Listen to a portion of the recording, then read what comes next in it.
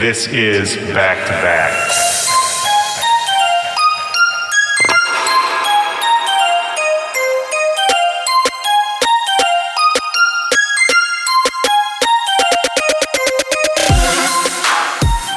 Yo, what's up, back-to-backers? This is Willy Joy. Welcome to the show.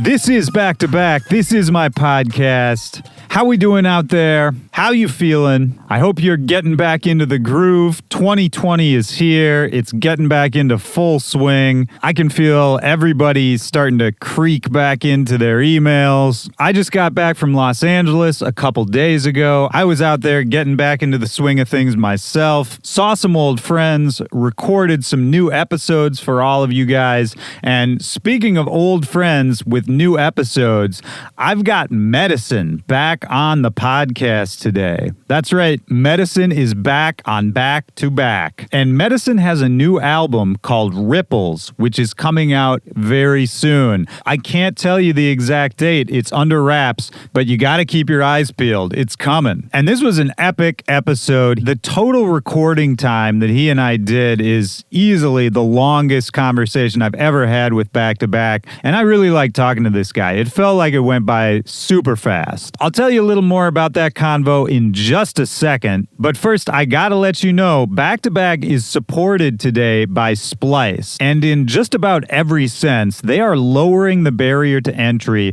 to help out producers, creatives of all sorts to get where they need to go. They do this in a couple different ways. The first way is through Splice's rent-to-own software program, and this solves an age-old problem, which is that a lot of creatives, especially at the start, are young, broke, starving artists, and that is often not compatible with the high cost of digital production software. Splice is here to fix that with the rent-to-own program, in which creators pay off the cost of a software's retail price over time in small monthly installments. There's no interest, and when it's paid off, you own the software forever. And right away, once you make that first small payment, you get access to the software immediately. You can start using it, start making music, start creating, and they've got access to over 20 world-class professional plugins. Plugins like Serum, Arturia's V Collection, Isotopes Ozone, and so many more.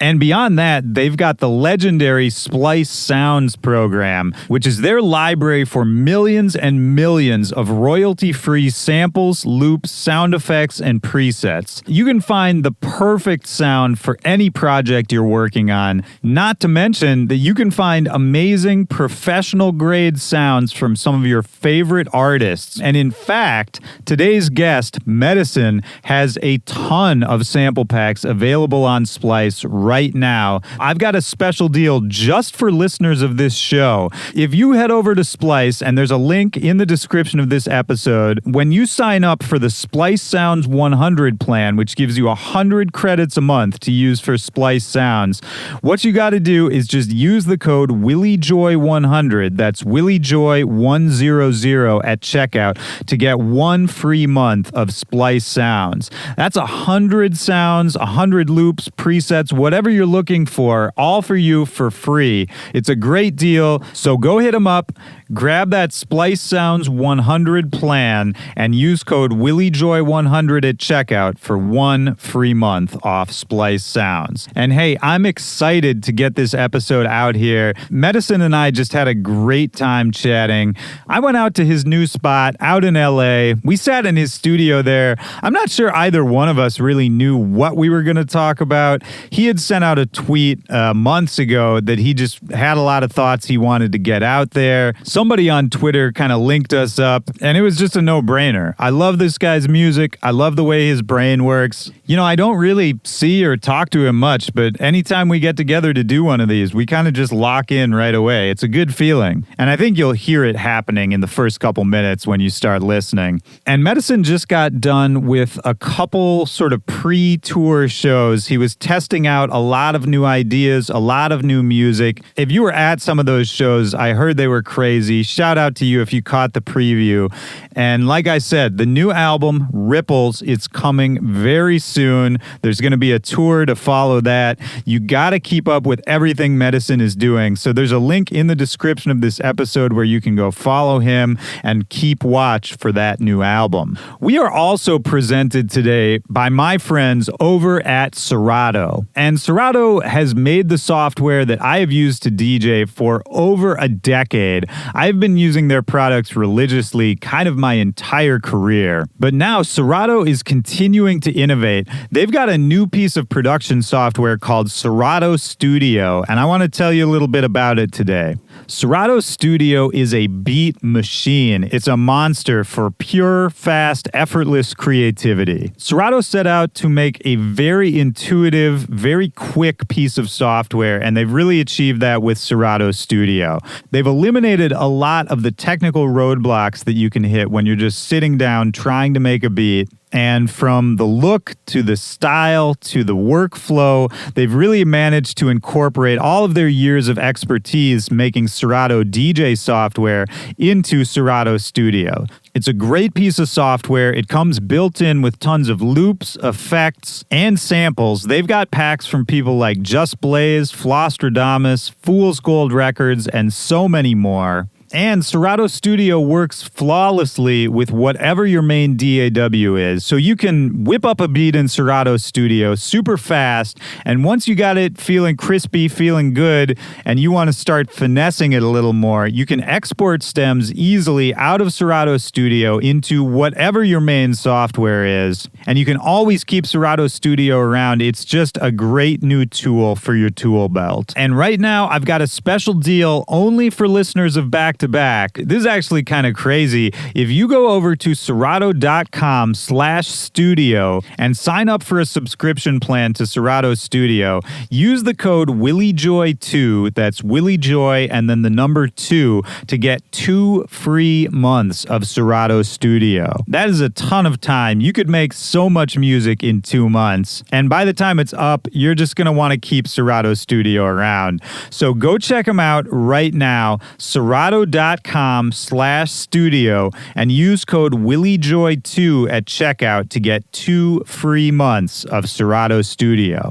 All right? So we got a big response off of the Mr. Carmack episode from last week. I want to keep that going. Keep tagging us in your stories. Keep reaching out to me. Keep putting up those tweets, letting people know about the show, helping us spread the word. That is the best way to support Back to Back, to support me and what I'm trying to do over here. I love connecting with everybody out there. I'm working on some ways so that we can all keep in touch even better. But for now, you can always reach out to me directly to backtobackpod@gmail.com is the email address. And I am really excited to share this episode with you guys. I think this is a really good one. I think you're going to dig it. Let's get into it right now. This is me and Medasin back to back. Let's go.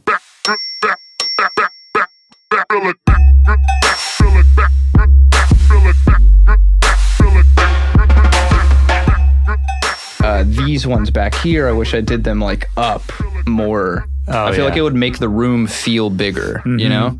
Like these make it feel really big in the corner, the bass traps. Yeah. I feel like it would just make the room feel bigger, and it would take me 5 seconds. I don't know why I haven't done it, but I'm just lazy. You know, once you put, at least for me, man, once I put something up, I just don't want to, it's mentally, it's like so much energy to think about doing it again. Right, yeah. But it feels really good when you do.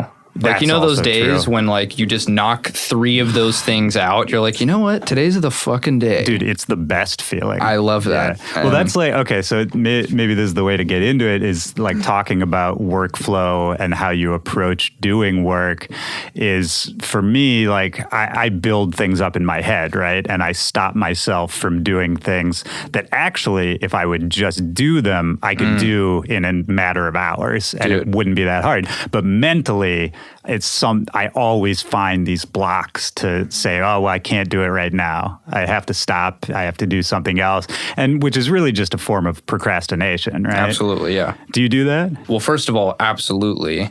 Yeah, I actually just read this book. I don't know if you've heard of it, called The War of Art. I've heard of it. I haven't read it. Yeah, this book is pretty much all about that. It's all about resistance. And it sort of like personifies resistance as just this force that's fucking everybody up, you know, like every single person on Earth. Yeah, it's just interesting to think about the gap between like you right now and the version of you that is doing the thing that you always know you should do every day. You know, like when you get stuck in a rut and like you need to go mix those two songs, but you have 2 months to do it. Yeah. And it's just procrastination, resistance, like excuses. And isn't it weird too that there's almost like two versions of yourself at all times? Because there's the version of yourself that's doing the procrastinating, and then there's the version of you that's very aware of what the other one is doing, you know, at the same time, and just kind of lets it happen. Yeah, that's interesting. That's something I've struggled with a lot this past year too, just like creating a version of yourself in your head that you know the ideal version of yourself that you're trying to be, you know, the one that works more, that does this. And it's really hard to know where the ceiling is. Like it's really, because once you do start taking a lot of steps to manifest that person, there really isn't a moment of like, I'm that person. It's like there's always something else to do, you know? Yeah. And it can start to feel like a empty pursuit sometimes. Well, you know? yeah, or it feels like an endless pursuit, right? Yeah. You know, like when the fuck do I actually get to enjoy being a better person? Totally. So there's this interesting take on that in that book, and it's like this whole chapter about getting comfortable being miserable, which sounds terrible, but that's the reality of it. It's kind of like, that, you know, kind of everybody's life in a way? Exactly. It's like, you know, once you do really come to terms with the fact that life is suffering, you know, like your mom's probably going to pass away, your dad's going to pass away, like you're going to pass away. You're going to pass away. Like you're going to deal with some very hard shit and then you die, and that's just it. But once you sort of internalize that, I feel like that has to do with a lot of what stops you from, you know, doing the work or whatever. That's a lot of that resistance, is just not accepting like that life is miserable, and then learning how to be comfortable under the condition that it is miserable. Right. You know what I'm saying? Right. I think there's a certain, I mean, it sounds like we're starting this off on like a real downer note, but I think there's actually kind of a freedom once you figure out that, you know, whatever you want to call it, life is suffering, or that you're never going to be fully comfortable. Once you sort of put that as your mindset, then all of a sudden, I think it's a lot easier to find beauty and happiness and joy in all the little things, the random things, the things that maybe otherwise you wouldn't have paid attention to in the pursuit of some bigger goal. Absolutely. Yeah, I don't know. And it's another weird thing, because all of this, like, I feel like I'm on a similar journey, but it's not something I think about, you know, all the time. It's just sort of one of those things that every once in a while you're able to stop yourself and realize that, oh, I'm dealing with this differently than I used to, or this didn't affect me the same way it would have a year or two ago. Like a bad thing maybe happening? Yeah, I think so. And maybe a good thing too. Maybe I'll enjoy a good thing more than I would have. Yeah. At least on my best days. That's one I'm really bad at. I'm pretty bad at that. Stopping to smell the roses, as the cliche goes. Yeah, that's tough, man. You strike me as a kind of person, and you know, you just announced the second album for you, which is Ripples.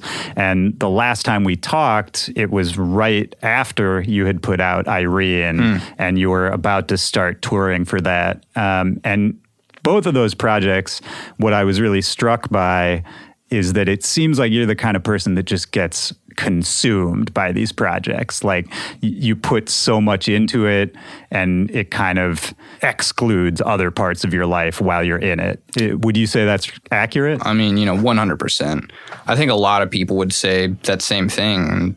Yeah, making a project is really tough in so many ways. Like, definitely consumes my life. I mean, did the making of this second album consume your life in a similar way that the first one did, or were there some noticeable differences? There was definitely some noticeable differences. I mean, I'd say this one consumed my life a little more. Okay. And I don't even say that necessarily with a negative connotation. Just in the sense that, since Irene, now I have more resources. I have more money. I have more budget to play with. I have more people to work with on the visual side. And, I've opened up more new doors for me to manifest my perfectionism. You know what I'm saying? So even just me personally, I've grown financially to where I can and I am personally funding pretty much most of what's going on right now. And just, I didn't even really think to do that with Irene because I just wasn't there yet, Right. You were learning everything for the first time. I was still learning. So, but yeah, I mean, it gets consuming, but it's nice when I remember even after Irene, which there's so much I would have done differently with Irene too. And I'm going to feel the same way about this one later when I'm doing the next one and so forth. And thus the empty pursuit that we just discussed. But well, quick question. Yeah. After Irene came out, how long was it before you were like, oh, I wish I would have changed that or did this differently?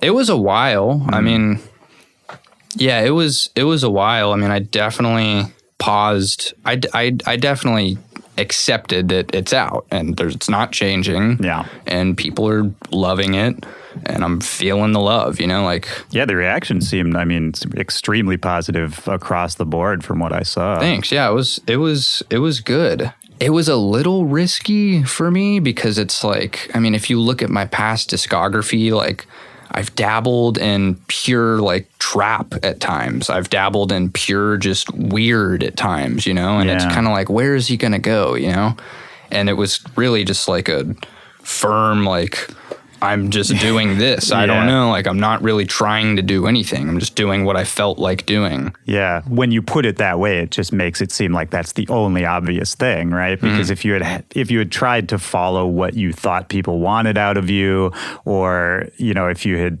thought more about, well, if I don't fit into this one scene or sound, those kind of thoughts, I think they just spoil people's work. Totally. Constantly. Absolutely. 100% of the time, I think. Yeah. And that's something I've noticed in my fandom of other people's music is even if you made the most sonically just perfect album, if it wasn't if it didn't feel authentic, then that's just number one priority for me. It's just if it's coming from an authentic place. Right. And even, I'll say this too, for artists that I love, even if they make something that I don't like, but still seems authentic to them, I still follow those artists, Totally. Whereas if there's an artist I like that puts out something I don't like where it just seems oh, you kind of lost the plot here, or you're reaching for something that isn't really you, then I stop following those artists, Totally. I one example that comes to mind is Virtual Self. I'm a huge Porter Robinson fan. And, Virtual Self, I never had a huge trance phase. I can super appreciate, I'm just very appreciative of people that are just doing their things, you know? I don't particularly listen to trance, and I'm not listening to Virtual Self on a daily basis, but that totally does not, hinder my opinion of, dude, I super respect what he's doing, Absolutely. And I feel that way about a lot of people. Especially considering I've brought him up as an example before because he was at the height of his powers. Worlds had just come out, which is one of the most legendary, dance music albums of our decade. Can we just talk about that for a second? Yes. That was seriously, I bring that up a lot. When I'm sort of referencing just a moment of, it was a different landscape of electronic music at the time. I feel like it was easier to be different. Yeah. But just the statement that album was, did you follow Porter pre-Worlds? A little bit, yeah. I was definitely familiar with his work. I was I was super into him before Worlds as just an electro house guy. Yeah. I think the first thing from him I really fucked with was the Spitfire release with Ausla. Yep. Yeah, that was crazy. That was amazing. And then even before then, I think his first big track was that Say My Name remix, if you've heard that. Oh, yeah. Say My Name and you can say it with honor. Right. I forgot about that. That one put him on. And then he was just kind of doing a few other remixes and originals, and it was just cool. And then Spitfire was definitely a step more in a direction of establishing a sound, but not like Worlds was. Oh, yeah. When it was, there was a period of silence, and it's like, what is he going to do, you know? And he just did Worlds, right, like so unapologetically. And it was just such a moment. And I would say, too, all of the releases leading up to Worlds were excellent. Like, they're great quality, and I liked them. But then Worlds came out, and it was the first time I had heard him do something that didn't slot into a scene that I could, like, I had to sort of reconfigure my own brain to figure out where it fit in, if it fit in at all. Yep.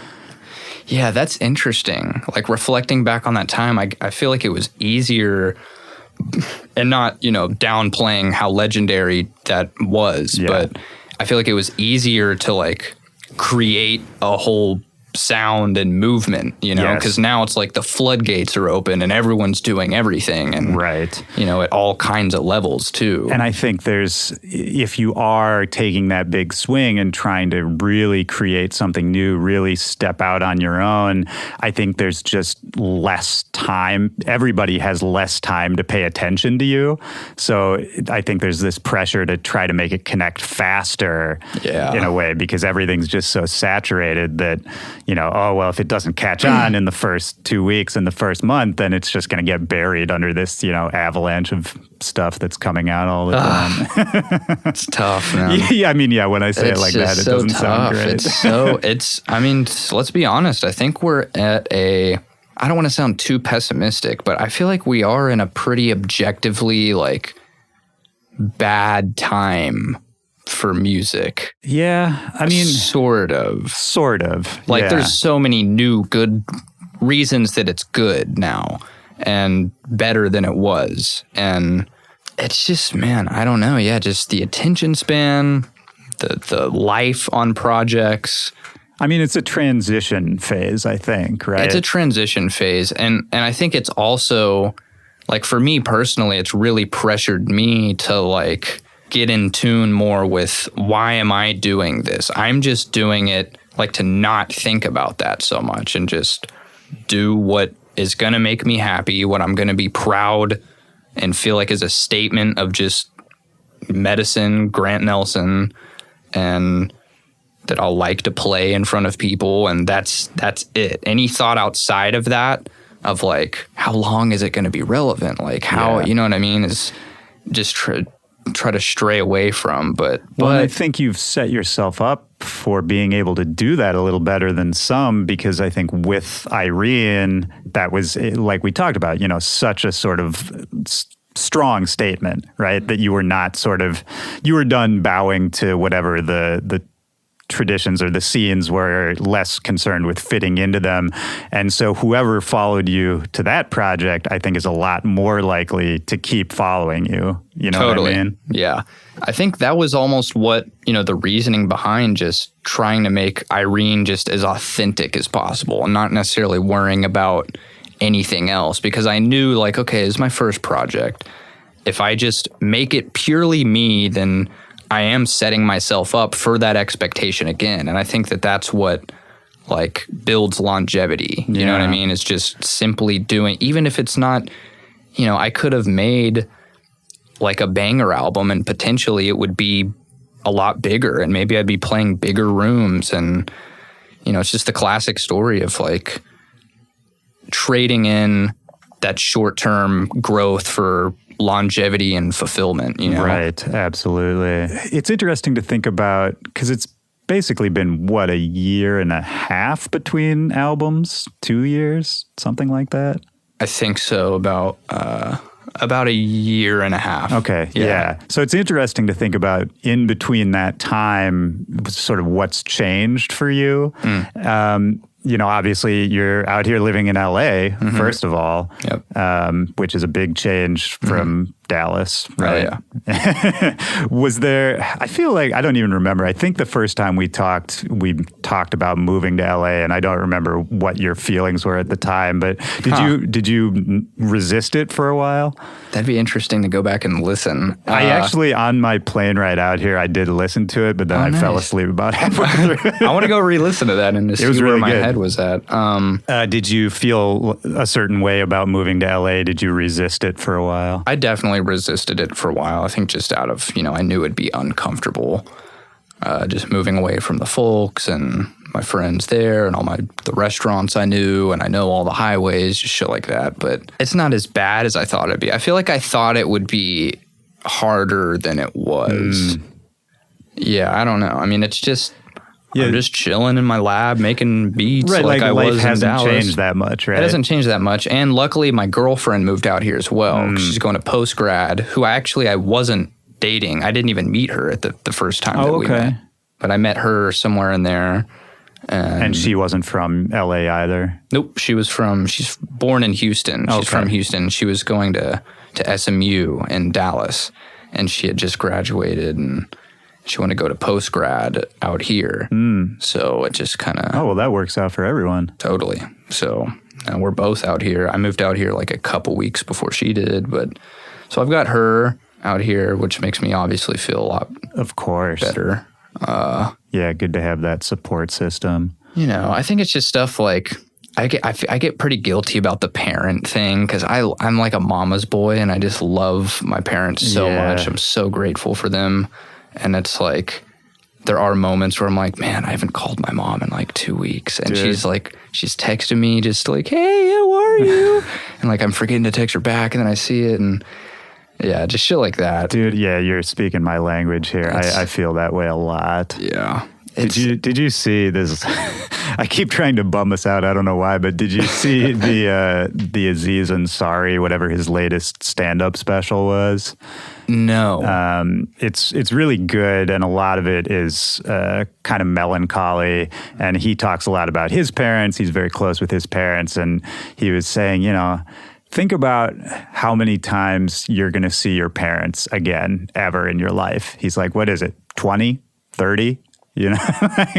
And it just, when he said that, I was like, fuck, man. Yeah, man. That's a really simple way to put, I guess, what I was feeling. Yeah. It's like, I think I'm just starting to learn that. I'm like, I'm like growing up.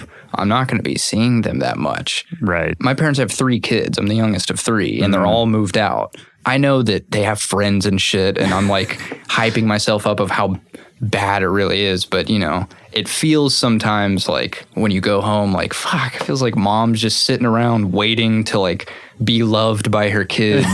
You know what I mean?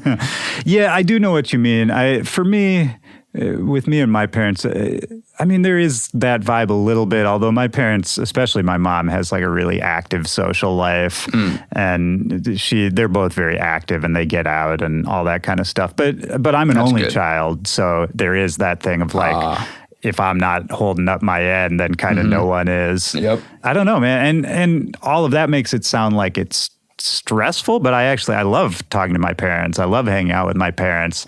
It's just one of those things that when you're leading a different life and you're in different parts of your own lives, you don't live in the same city. Yep. They're retired. You're working towards a goal like they probably did 30, 40 years ago. Yep. It's hard to just sort of on that daily basis feel as connected, I think. It is, yeah.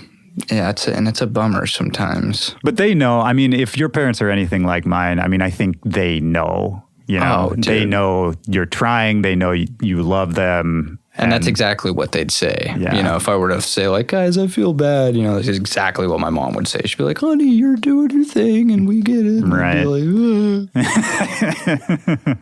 But yeah. Yeah.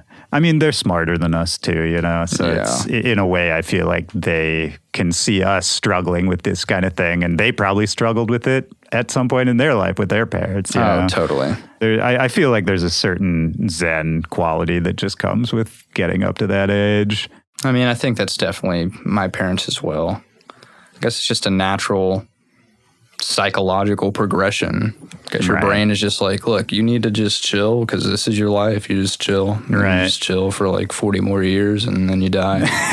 You know what I mean? Yeah. Well, our brains do have to sort of organize our thoughts and give us a story that allows us to function. You know what I mean? Right. And that's true not just for life and death, but kind of for everything we do on a day-to-day basis. Exactly. Like everybody's looking for their purpose, their meaning, and so much of it, I think, is arbitrary at the end of the day. Yeah. It's sort of whatever gets you going, whatever you tell yourself that works, but it's different for every person. Yeah.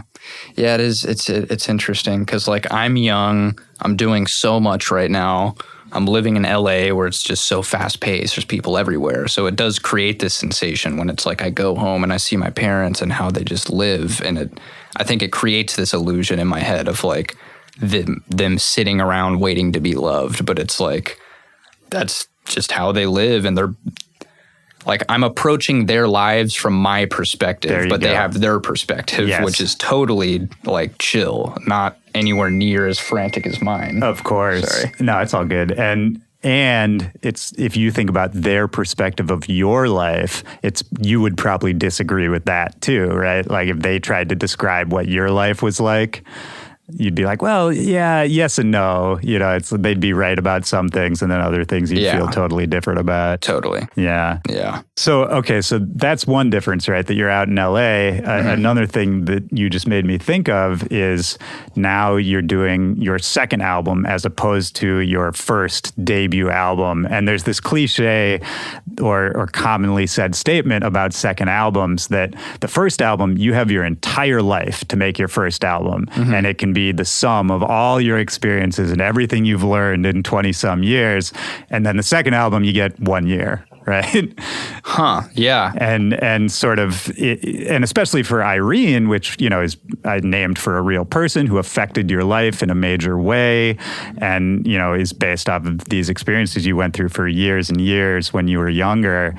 How did the approach to the second album differ from that? You know, because obviously I'm sure you drew on experiences you had, but it's a smaller pool, right? Totally. Yeah, that's interesting that you put it that way. That was something I kind of struggled with, like with this album. Like why? I mean, making music is easy, you know? Like, you know how to make music. I can sit down and make music, but it's like when it's time to make an album, it's like the hard part is what do I make and why, you know? Right. And figuring that out for this one was not necessarily tough. It was just like, you're right. I guess I didn't have... And you can only tell so much of a story through experimental electronic music, you know? Like I'm not like, you know, doing slam poetry where I can really just give you my life in words. That's the third album. Exactly. And I, in my personal opinion, I think a lot of people would agree, it could come off as corny if you tried to make an instrumental album so much, almost theme it as though... What am I trying to say here? As though you would if you were doing vocals or something where you can really tell a story, but then because it's going to fall short of being able to have the juice and the language to like communicate that story. So yeah. Well, and I think that especially for instrumental music, I think it's oftentimes smarter to leave it a little more vague because then people can sort of imprint their own experiences and their own influences onto it. Right. As opposed to trying to force them to see it in one way. Totally. And I think that was actually the idea behind Ripples was I was kind of like thinking, I was just brainstorming cool names and I wanted it to be something along the lines of like, okay, what are these? Like, they're songs, you know? Like, there's nothing... I love the songs. There's nothing particularly, like, special about these songs as a group. Like, they're not... It's just songs that I made in this window of time that I liked, and you can hear the similarities in my production decisions and shit that I was making at that time. And I tried to, you know, keep it interesting and not just do the same shit. And so but Ripples is pretty open-ended. It was just like, these are ripples. These are like, to me, it's like another word for songs, you know? Like, here's a collection of just ripples of songs that are just rippling into the fucking universe. You know? I don't know. And what you just made me think of is that maybe they're all in the same lake, you know?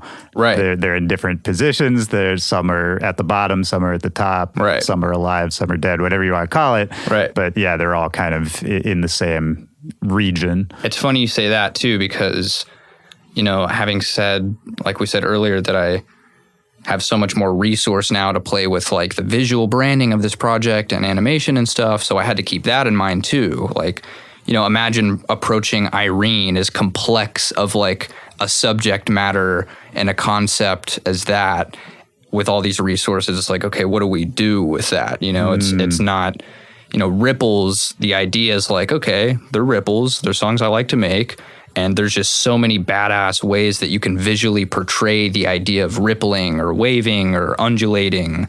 And so we kind of have like this spaceship theme, like in the live visuals. Right. That where the spaceship is like going into space and it's kind of traveling to just different ways, you know, different planets and shit. And there's, you know, a lot of filler visuals in between of just colorful rippling shit. And because that to me is like my favorite kind of art, is sort of generative colorful art. You know?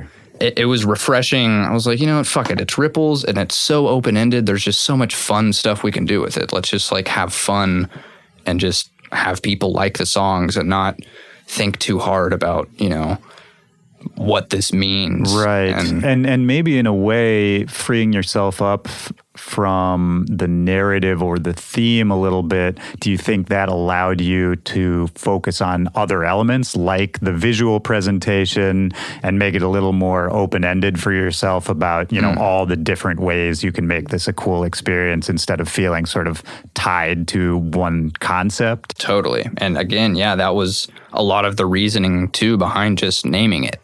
It was like, I knew that I loved the word ripples, and I just removed the E for the same reason, like my name is spelled weird, just for like right. SEO reasons, you know? Yeah. Yeah, I was just, it was like, okay, this is perfect. I've loved this name for a while now. I've had it in like a notepad of potential names. And yeah, there's endless ways to just dabble in animation and art and shit that portray, that are on brand with the ripples, you know? Sure. Well, and I liked what you said is just that you've always liked that word. Just last night, I was talking to a friend of mine and we were talking about naming projects. And actually, before we started recording, you and I were talking about coming up with names. And what my friend said was that really he thought the best names were just the ones that were pleasing to say, that were just fun, like that felt good coming off of your tongue, you know? Exactly. And I like that because that's such a simple, that's like a concept you can't even really explain. And to me, with music, that's always what I'm looking for with my own work is, you know, how can I get that deeper connection? How can I sort of get out of my own head and get into the emotion of what I really want to convey? And to me, it's the same thing with a word like ripples and just making that decision because you like the sound of the word. I don't think it has to be deeper than that. In a way, that's almost more complex than like having a whole story behind it. Yeah, it's just hard. It's hard to have a deep concept as making, you know, like electronic music. Electronic music is so broad. Like but for what I do, you know, I just like cool music that makes you feel good and at times is interesting sonically. There's weird sounds. It's almost just ear candy. Yeah. It's like ear candy. And then ripples visually can just be eye candy. It's just like a candy experience. There's nothing to, you know, maybe next time around I'll get more conceptual with it again, but... Well, that would make sense for a spoken word album. Oh, yeah. Coming soon. Yeah. Oh, my God. I was making a list the other day of like troll genre ideas. Great. And one of them was instrumental spoken word. It's so good. What were some of the other troll genres? Look at it. Yeah, we got it. I know there was like experimental gospel. Ooh, that's really good. Yeah. Which is basically just Satanism. Yeah. There was let me see. Here we go. Experimental gospel, Catholic bounce. Oh my God. That just makes me, have you ever seen those really awkward, like church music videos where they're trying to, like, it's almost like a Weird Al version of a popular song, but about Jesus? No. God, there's a few of them out and they're all very painful to watch. Yeah, man. It's not a good look. Yeah. Man, yeah, that's a shame. I feel like the Christian community gets like a bad rap because of like the arts are fall short sometimes, like in cinema. And yeah, which is weird because if you go back far enough, I mean, you think about gospel music. Nothing is more soulful than gospel music, you know, Totally. and authentic and moving. But yeah, I feel like there's a lot of modern religion that kind of lost the plot on that one. Yeah, it's unfortunate. I mean, I think at its core, any spiritual music like that is really interesting. It's almost like that was our first attempt as a species to like convey the otherworldly in an audible sense. I mean, even right now, if you just go to church in like a big ass hall and cathedral and you fucking hear just like the choir of 50 people singing this reverb, it's like, it's interesting. Yeah, no, it's moving. And I mean, some of like hymns are really powerful. You know, ancient religious music, I think almost across the board is all extremely powerful. Totally, yeah. And are you religious at all? No. There could be like a super complex answer to that, but the short answer would be no, I'm not religious. Spiritual? That's an even broader question. It's hard. Like yes and no. Yeah. You know, yes, I'm very fascinated with, I think, consciousness, and like I'm particularly fascinated with like psychedelic experiences. I haven't personally had any. Have you? No, I haven't. And it's one of those things, it's funny, I was talking to my parents about this, which was a weird conversation to have with my parents. But I was saying that, you know, throughout my whole life, I've always been really afraid of more intense drugs.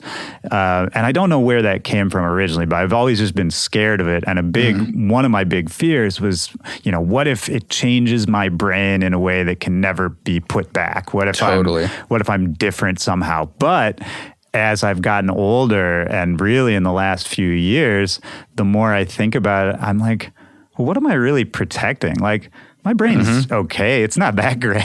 Dude, totally. And maybe a change wouldn't hurt, you know? I'm in the exact same place right now. I've been thinking a lot about trying mushrooms. Me too. Just because I feel like one of my biggest, personally, what I believe to be was one of my worst qualities is the inability to let go sometimes, which is very broad, but to just let go. Like, this art is good. Quit trying to tweak the fucking tiny, you know, like the snare is good. Quit, you know, those are just smaller manifestations of it. But yeah, but and, I think and that is my overarching fear of doing psychedelics. Pretty much what you explained. I've always been the same way. Like, even with weed early on, I got a lot more comfortable with weed, but early on, I was scared of weed because sometimes it would kind of shake up my like foundation of sort of spirituality or make me feel like weird. I'm like, okay, I stray away from things that I'm very comfortable with what I have here, and like I'd have a hard time letting go of it and opening it up to new experiences. And that, yeah, I feel like that's, you know, ironically, the reason I should be doing mushrooms, almost not necessarily to be high on mushrooms. Right. That's like secondary to the fact that even just doing mushrooms would be me to get over yourself in a way. Letting go. Yeah. Yeah, that's interesting. But the way that ties into like spirituality, I was going to say is, I mean, yeah, I don't think I'm necessarily, definitely not religious. Yeah. But I do think we have substantial evidence, especially through psychedelics, that there is something happening. There could be something more. Even if it's not something woo-woo, some power that's outside of us, but just that there's some part of our reality that... It could even be within us, you know? It doesn't even have to be an exterior thing, but just the idea that, like, you know, I hate to sound like Joe Rogan here, but like DMT, like... I mean, you've heard like of DMT experiences. I have. It's just like, it's just so bizarre that you could do that and have that happen. You know what I'm saying? Like, it's some of the that could be stories within you, like just these things that, you know, people describe seeing, that could be just a drug that's fucking you up, you know, these mathematical perfections and these fucking, and there's a lot of consistencies between people's experiences too, of like the machine elves or like these creatures that kind of communicate things. And It's just interesting that, Well, I mean, if you even think about our dreams, right? So much, some things that pop up in a dream, you're like, okay, I see, I talked to this person the other day, or I was thinking about this. But then other time, my dreams are so bizarre half the time. I couldn't tell you where any of it came from. Same. Or why it was in my head. Same. And then you forget them immediately too, which is bizarre. Yeah. Like I'll wake up and it'll be such a strong experience and I'll be thinking about what happened in the dream. And then 5 minutes later, I have no memory that the dream even happened. Dude, it's so weird. Yeah, I just tweeted something along these lines. I think that's why I said that. I think I saw your tweet. Yeah. Now that we're talking about it. It was a little different. It was like sometimes later in the day, the dream will just hit me. I don't even remember I had a dream. I'll just wake up and then at some point in the day, it's like, oh my God, that dream. What? Oh, that's And then interesting. as soon as I start thinking about it, I'm like, wait, what was the dream? Just remembering everything about the dream for just 1 second. It's just there and then it just disappears. You're like, what?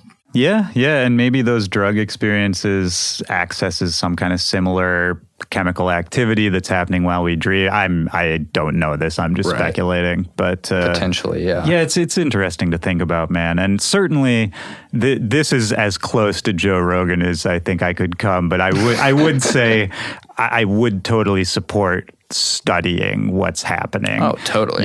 Totally. Which is happening right now. They got mushrooms in Canada now. Right. And there's a lot of studies going on. I think even in the States, there's Justin Beretta from the Glitch Mob is like a big mushroom and like psilocybin advocate. And he's always posting up these articles of like a new breakthrough or a new state law being passed that's moving the goalposts bit by bit towards legal study and legalization. Yeah. And so at least he's like my window to that. But I think according to him, there is sort of progress being made actively. Totally, yeah. And that's what I've heard too is, like right now we're in the midst of a lot of studies are getting approval to study. And yeah, it's really interesting. It is interesting. Mushrooms, I think, just psychedelics are interesting too. Well, can I ask you this? And if you don't want to talk about it, that's totally fine. Yeah. But, your previous experiences with drugs and having issues with drugs, do you think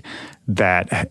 obviously, I'm sure it affects the way you think about doing drugs now, but does it change sort of your views on, legalization or study or even just what you want for yourself? Not at all. Because, most of the drugs I was dabbling in were in the complete opposite direction. Yeah, not psychedelic. I was dabbling a lot in Adderall. I loved Adderall. From like a pretty abusive standpoint, not just like a 10 milligrams to get some work done. I was prescribed it for a long time since like 4th grade. And it wasn't even until like high school I realized like, oh, if you take 2 or 3, then you're feeling really fucking good. Yeah. So I was doing that a lot, like hydrocodone. So it was like, shit like that, which and those effects are so much more physical than... Oh, yeah. And I think a lot of those should be banished from the earth. Yeah. I don't want to say banished from the earth because I think there's some people that can totally benefit. Sure. It's tough, man. Adderall, no, because my experiences are with those drugs, like, even in that time period, I was still, like you said, scared of doing psychedelics. Right. I totally could have, and I never did. Yeah, that's interesting too. I liked drugs that did the opposite, that like, Adderall... I feel like Adderall is the opposite of mushrooms. It makes you feel like you have all the answers and you're talking to your buddy about how you guys have all the answers and you're so like hype. Right. And then mushrooms will just be like, yo, you know nothing. You know what I'm saying? Yeah. I think that's a good way to put it. It makes you feel more in control. Because Adderall is not that far from like Coke and, you know, there's that stereotype of the cokehead who can't stop talking. And, and for the people who don't know what we're referencing, in the first podcast that you and I did together, we went through the whole story of your experiences with that. So if you want to know more about that, you can go listen to the first one. Yep. But, I was about to say, because I just can't stop bringing us down here. it makes me think about Juice World, man, because the day we're Rest in recording peace. this is the day he passed away. Yep. And it's not confirmed. We don't know, but he did have a seizure, and I would put money on that it was probably a drug-related seizure. Yeah, me too. And I'm obviously very hesitant to go there yet. Right. I mean, we don't know. Because people get really upset. Yeah. Death by seizure, it's like, it doesn't typically just happen in someone that's not dabbling. But well, and you talking about wanting to, remove these drugs from the earth and all that. I mean, it's hard to disagree with that sentiment when, especially in music, I mean, so many people are just being taken out left and right by, a very similar class of drugs. Yeah. I mean, really, if you look at rap, it's unbelievable now.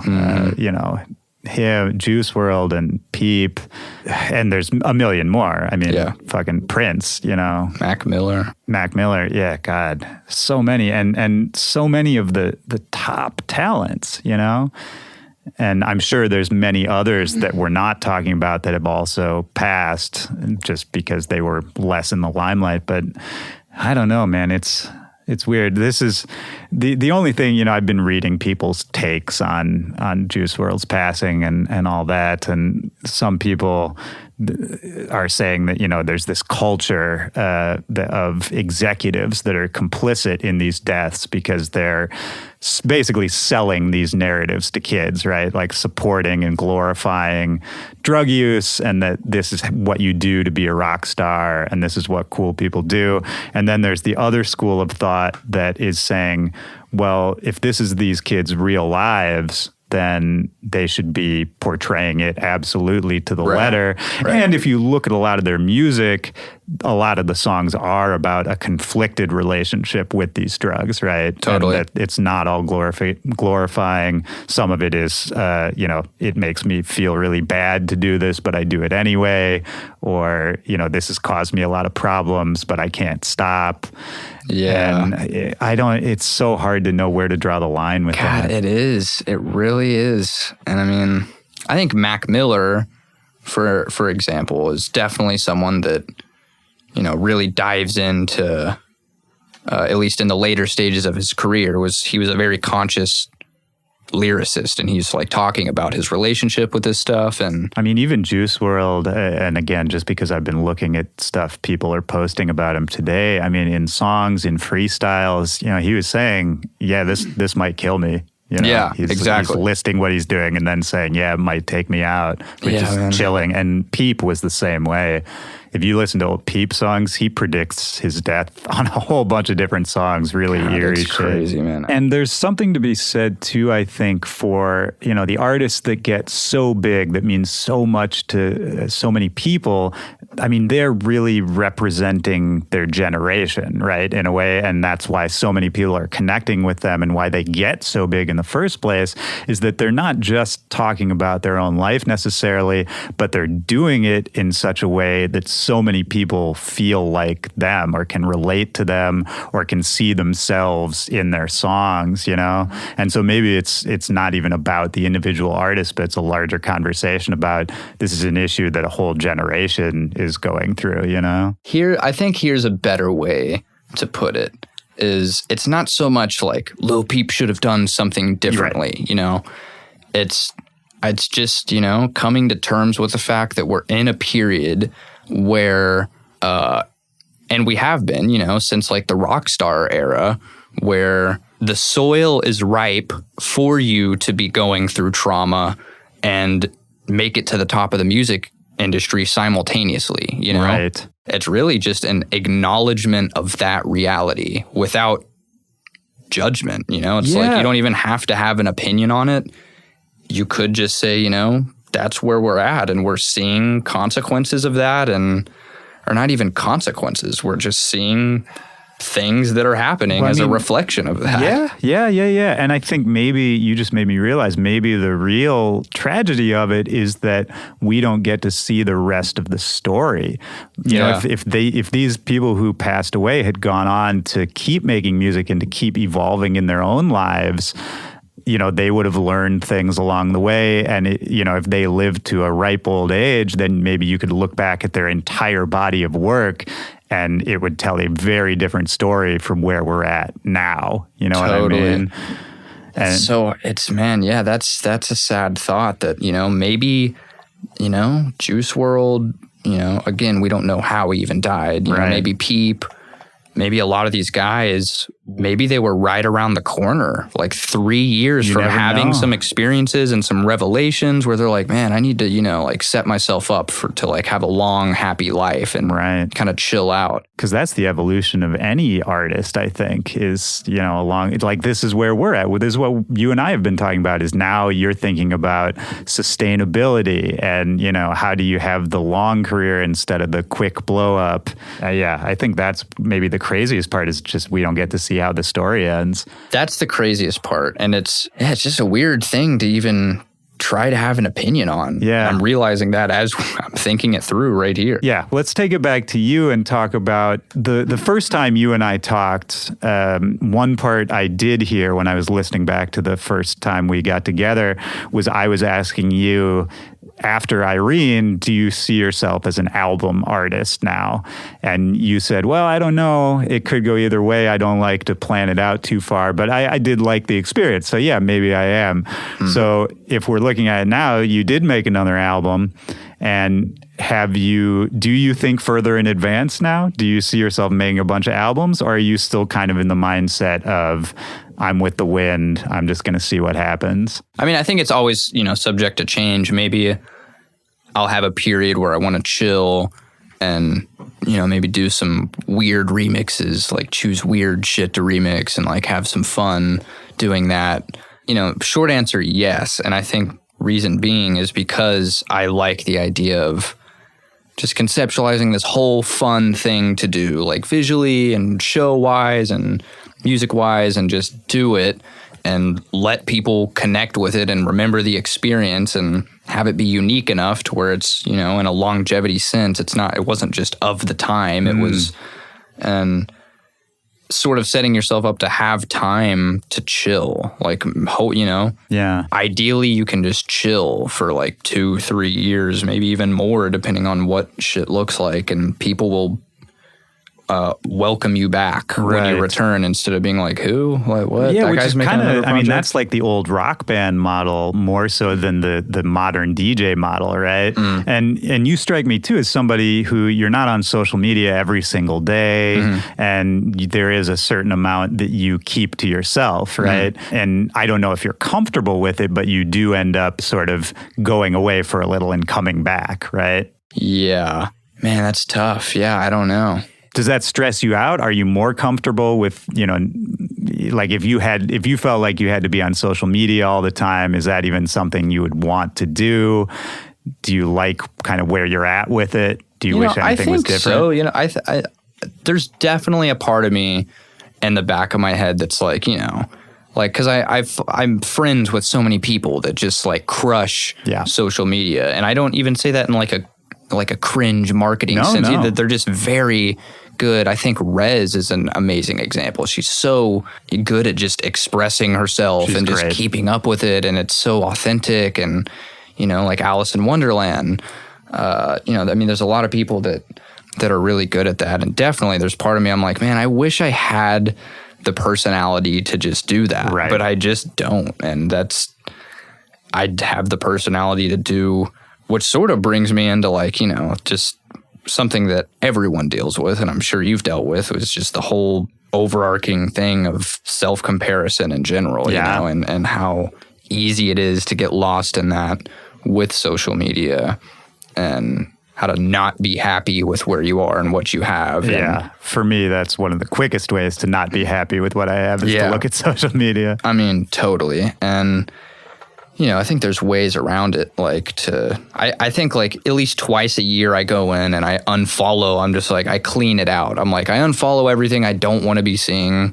And even if it's people that I know personally, I'm dude, they fuck with me. I fuck with them. They're not going to be offended if I unfollowed them, and if they are, then it's probably not someone I care about that much anyways, if you would get offended at something like that. So, I'll unfollow a lot of shit I just don't really want to see because it's making my life more hard and complicated. So yeah, part of me definitely wishes I could just confront the beast and do it. Right. But maybe that goes back to something we were talking about earlier, which is the idea of authenticity and sort of forcing yourself into a place that you don't really fit or that you're not comfortable just to do it. Maybe if you did do that, people wouldn't get stoked on it because they could tell it wasn't That's really what you. I feel. Anytime I sort of try to formulate an idea of what it might look like of me doing that, I'm like, that's just not me. And I don't think it would go over well either. People would be like, okay, I see he's trying to be more active on social media. It would look like robotic. You know what I'm saying? Well, and I like that I think you set a good example for other people who might be struggling with these issues. And it's the same for me in a way that there's proof that you don't have to necessarily post every single day, every moment of your life. Totally. Because you've carved out this comfortable lane for yourself where you post when you want to post. You talk about what you got going on. You can go away, do your thing, come back, and it's working. I mean, totally. You're successful, you're touring, you're growing, all that kind of stuff. So you did it without that. And there are other people who are like that too. I mean, think about like an RL Grime or something. I mean, he doesn't post at all. There's almost no social media presence except when he's dropping new music, and people go fucking crazy for it. Right. You know? Yeah, I mean, I love the scarcity model. Yes. Like that's what I aspire to One of my have favorite because things, I think it just aligns with how I like to share and how I want my quality of life and like what my psychological interaction is with constantly seeing what everyone's doing. Like it just worked for me to like I said, I totally part of me sometimes is like, I wish I could do that, but the healthier side of me is like, that's not you. And I'm getting comfortable being not that, Yeah. Well, and let's talk about, what you're able to do in the time that you're not on there posting all the time. Like, let's talk about the fun shit. You're gearing up for tour right now. Yep. I know that you've been rehearsing a bunch. You were talking earlier about how you have all these ideas for visuals and what's the vibe for the tour? What have you changed? What have you upgraded? What are you stoked about? So the tour... So I'm doing 2 shows right now in LA and New York next weekend to sort of debut this and test it out, Yeah. It's really just me taking the first step of, I have an interesting situation, I do, of just, I became known. I mean, this is how I see it, which is different than how it's seen from the outside, but I sort of became known for doing weirder beats and shit on SoundCloud.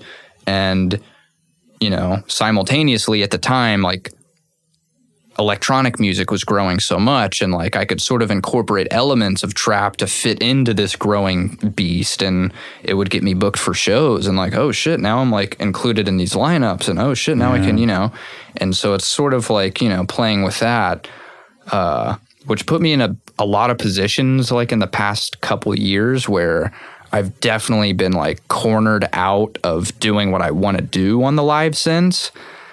And that's interesting.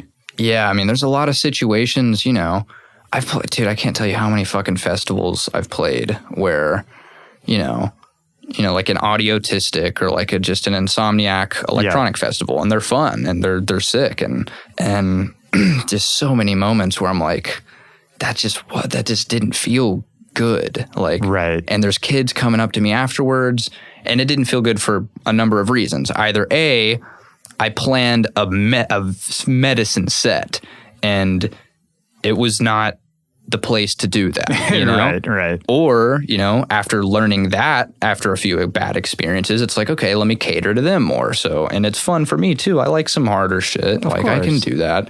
So I cater to them. And, again, just to spend some time there, because people have this misconception that catering means like, okay, I'm going to play this shit. But no, like, you know, I know good, hard shit that I like. I'm enjoying doing it. I'm not like dumbing my shit down to like. Oh, and that's what a good DJ is. Exactly. Man. And that's a funny misconception. You know, giving people what they want through through the DJ's lens. Totally. So, you know, it's funny you say that because I never even intended on being mentioned as a DJ. Sure. And so that's something I started to notice. I'm like, oh, you know, I'm an electronic DJ and I am. There's no escaping that. Like, there's no refuting that point. I'm not offended by it, but it's like I've taken steps in that direction. And you know, the thing that really bummed me out, dude, is like in a lot of those situations where I'll cater and I'm definitely throwing my tracks in there and blah, blah, blah. Not all of them, because some of them are definitely, it's not the place, you know? Sure. But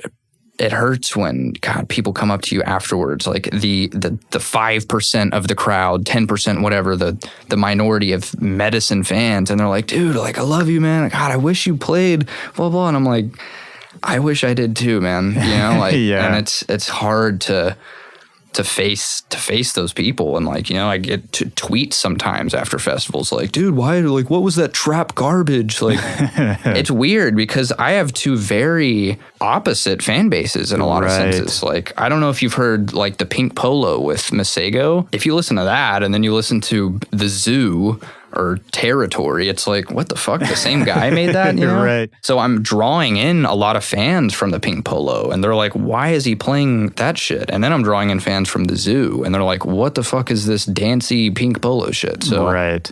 But again, I think, you know, absolutely it can be a bummer to hear that kind of feedback, but you can't be bullied, you know? You gotta... Totally. So I think, like, to bring it back, my point in saying all that was like, I think on this show, because I've played headline shows too, not a whole lot. Like I played one at El Rey last year and I was just blown away. Like I don't do that very often, but like, you know, I play some of most of my chiller shit and people are just super reactive to it. I'm like, oh, okay. Like I have fans, you know, and they just want me to do me. So delving head first into that. So I'm playing I'd say like a 95% original set. Yeah. And I'm incorporating some of the new songs too. And we have so many new fucking visuals. Like, I mean, I have a pack of like 400 visuals that we've been working on and all custom and... Not all custom, because we do pull from like, you know, for like filler shit. You pull from like public libraries that you can. Well, and this is some cool behind the scenes shit, because that's something everybody does that maybe people listening might not know, is that there's tons of publicly available stuff that everybody can use. Right. But it's not anything anyone would recognize. I just want to make that clear. Yeah, totally. And you do have to sift for it to find the cool shit that like matches what you're doing, you know. It's just like, you know, if you're making a video or a vlog or something and you need some filler footage of the Manhattan Bridge, but you don't have a drone, like there's a lot of sites you can go get that and it'll enhance your video. You know? Absolutely. So it's sort of like that. But as far as custom shit, there's a fuck ton of new custom shit as well. It's probably like half and half. Yeah. Which is something that I've never even really, you know, delved in, was like making the show. Like I have the Resolume Arena file on my computer and I have the track list and I'm getting to assign like what visuals to what moments. And that's so cool. That's a whole new way to create, right? And to present your art. Totally. It's been a lot of fun doing that and just learning a lot about that world. But is that because I saw you put up a tweet, or maybe it was part of the screen cap that you posted when you announced the album? You said that a lot of it pushed you out of your comfort zone, the creation of this album and then planning sort of how it was going to be presented. Is that what you were referring to, or was it a bigger thing? Too, I think just the whole thing, man. Like it's been a pretty painful journey. Like, in what way? Oh my God. You know, the making of the music was the best part. And I did that purely out of fun and love. And I enjoyed that whole process. And then moving on to the visual side, it's a fucking weird world to navigate. Like, especially if you want it done your way. And because I can't use Cinema 4D. You know, I can't go make exactly what I want. If I could, I would be doing it all day. Yep. So I rely on finding other people, and there's so many ways to go about doing that. You can go to a creative director who's going to help, you know, be a node now that connects you to those people, and you have to trust, you know, their vision, and you have to be good at communicating your vision That's to the hardest part, to I them. think. And then even then, they're going to interpret it a certain way, and it's just, you know, and it can get very expensive, and it can end up very expensive and a total waste of time. That's something that happened to me. You know, I won't say any names, and it's absolutely no hard feelings. You know, and I think a lot of it I've learned lately was on me too, of just communicating. You know, I think I finally got over the hump of like figuring out a system that works for me just in these past few months of I'm working with the people, and I'm going directly to the animators, and I'm like making a detailed brief myself of exactly what I want. So you're not going to fuck it up, and it's going to be refreshing for you because, you know, a lot of these guys are used to working with people that are like, yo, I want like a spaceship and I want it to be dope and that's it. They're like, what do I do with that? You know? So, you know, portraying specific shit that you want. And is even working with outside artists like that, is that a little bit of letting go for you? You know, that idea of letting go? Yeah. I mean, you know, and that's why I say painful. It's like I was dabbling in the world of letting go and trusting other people and bringing them on board. And it just, when you do that and it ends up sometimes a just complete and utter failure, it's, you know, really discouraging. And, you know, but you got to get back up, you know. I'm pretty proud of myself of how, you know, how many road bumps I've hit along the way, and I just keep getting back up and just figuring it out, you know, because I'm not, you know, this album is happening, you know, like I'm going to have to put out an album. Like, so it's either going to happen not how I wanted it to happen because of, you know, it's totally up to me. You know, you know, it's not their fault that, you know, that thing didn't work out. It's not their fault that, like, you know, I can have my reasons for not liking some artist or whatever, but at the end of the day, it's like, I am in control of making this what I wanted it to be. And I think there was just a point where I was like, dude, I'm not going to let this go down as something that I wasn't happy with just because, like, it was turning out to be hard to, like, communicate the vision. You know what I'm saying? Yeah, of course. But, I mean, totally I've gotten, you know, a lot better recently. Just these past few months of, like, learning that. And that's great, man. And I think that's part of growing as an artist and just getting bigger too, right? Is, of course, you're going to have to bring more people in to execute a bigger vision, to, you know, feed the fire, as it were. Yeah. What about just on some nerd shit, like your production process and your songwriting? Has it changed? Has it evolved significantly from where you were at with Irene? Are you doing any new things in particular, or even just thinking differently about production? Or is it more like refining the style, you know? That's a good question. I'd say, you know, refining. Yeah. Because I think with Irene, I sort of ran, you know, I'm just using sounds that I like. And I mean, I'm a big sample pack guy too. And like, so I'm always making interesting sounds and like updating my own personal library and my, you know, the tricks I have up my sleeves of just like this little percussion or whatever. Yeah. So, I mean, I think it's just an evolution of, I'm still just making what I like to make and what I felt like making with new tools, right? You know, and I think there is one thing different. One thing that I could think of is the features are different, and something I put a lot more energy into, and they were all in person, which is new. Okay. That was another learning experience for me. Yeah, right. Being in the same room with the person, which is weird. Or before we started recording, we were talking about how both of us appreciate having our own space a lot of the time. Yep. And I'm the same way, man. When I get in the studio with someone, I just feel awkward at first, right. you know? And it's almost like one of those mental things I was talking about earlier. Sometimes I won't even put myself in the situation because I build it up mentally so much. And then once you get in there, it's fine. And you realize, I have this ability to work with people the same as anybody else. Totally. Yeah, I think you just I learned a lot from, do you know Kilogram? I do. I love Kilogram. I love Kilogram, and I learned a lot from him. Incredible producer. He's an incredible producer, man. Yeah, totally. We were kind of like meeting with someone that works on his team, and they linked us up. They're like, "I should just meet."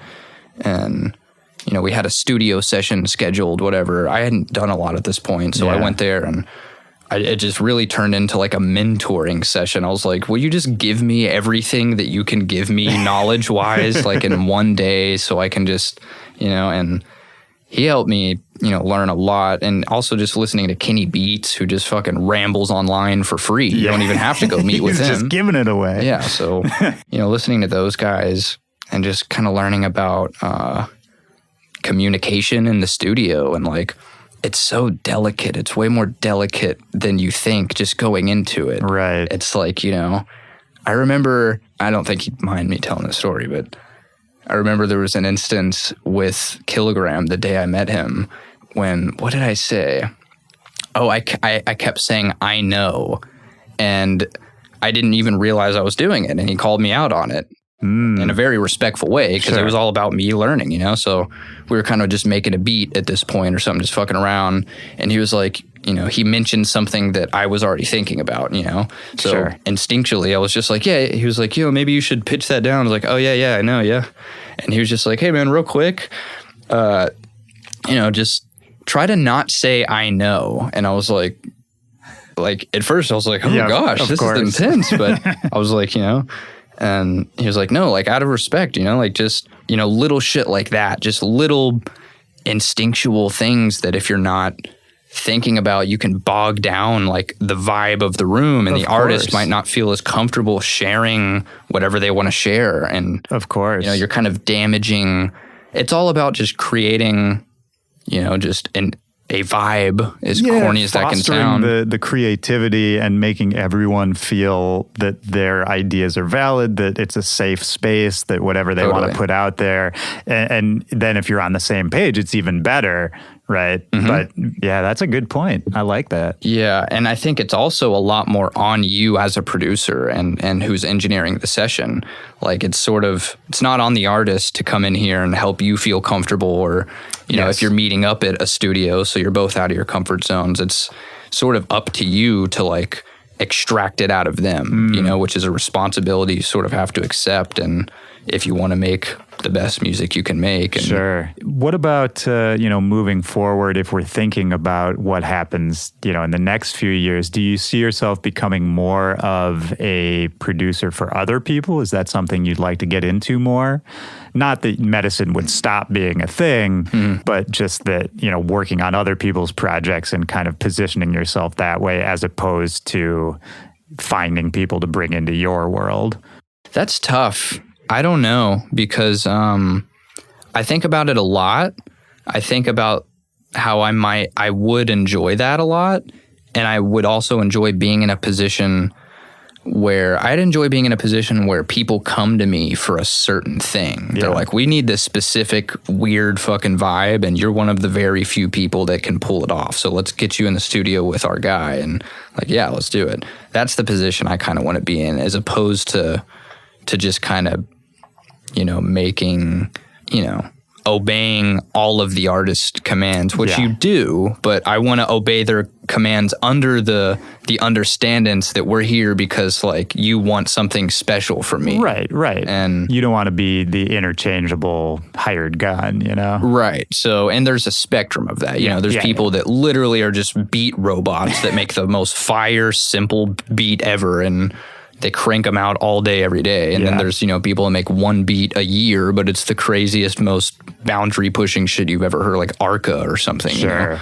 And that's interesting. Arca would definitely be the other end of that spectrum. Do you know Arca? I'm not probably as well as you do, but I know who that is. it's just I'm not super familiar with Arca's discography, but it's just interesting. If you listen to Arca's music, it's fucking out there. Right. And then if you look at the shit Arca's worked on, it's like Frank Ocean, Kanye West. Like these people are like, we need Arca. You know what I'm saying? Which is such a cool position to be in. You know? I love those kind of artists. I think about somebody like on a different spectrum, like Bradinsky and Gesaffelstein, where, they're out there for their own projects making some pretty out there techno and wild sounds, but then they've also, Kanye brings them in to work on Yeezus, and they've also done a Bradinsky, especially a bunch of other hip hop stuff, and they can sort of adjust to those constraints, and what comes out of there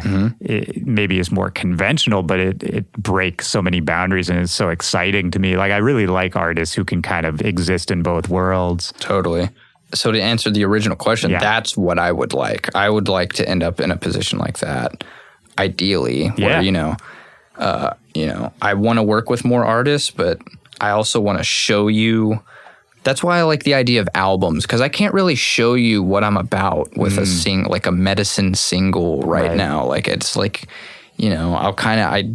I'll kind of try, but I'm just like, man, you just need a whole album to understand where my head's at. I feel like it's weird for me to just give you a quick song. It's like, okay, people don't really know where it's coming from. Yeah. So I think, one of the benefits of putting out albums is like it let not only the audience, but, A&Rs and other artists and shit. They're like, okay, we see where his head's at. And now if we want this thing, that we know where to go for it. Yeah, that's a really good point too. It's a way to sort of let people see you in a deeper sense. Yeah. Yeah, I like that. Yeah, it just doesn't get the point across like in a one-off song. Yeah. It's weird. Yeah. But, so if we switch gears a little bit, it's funny. So the first time we talked, we were brought together by Reddit. And the second time we talked, the internet brought us back together via Twitter, because you had posted that you had all these thoughts that you didn't really want to put out there on like a short form social media.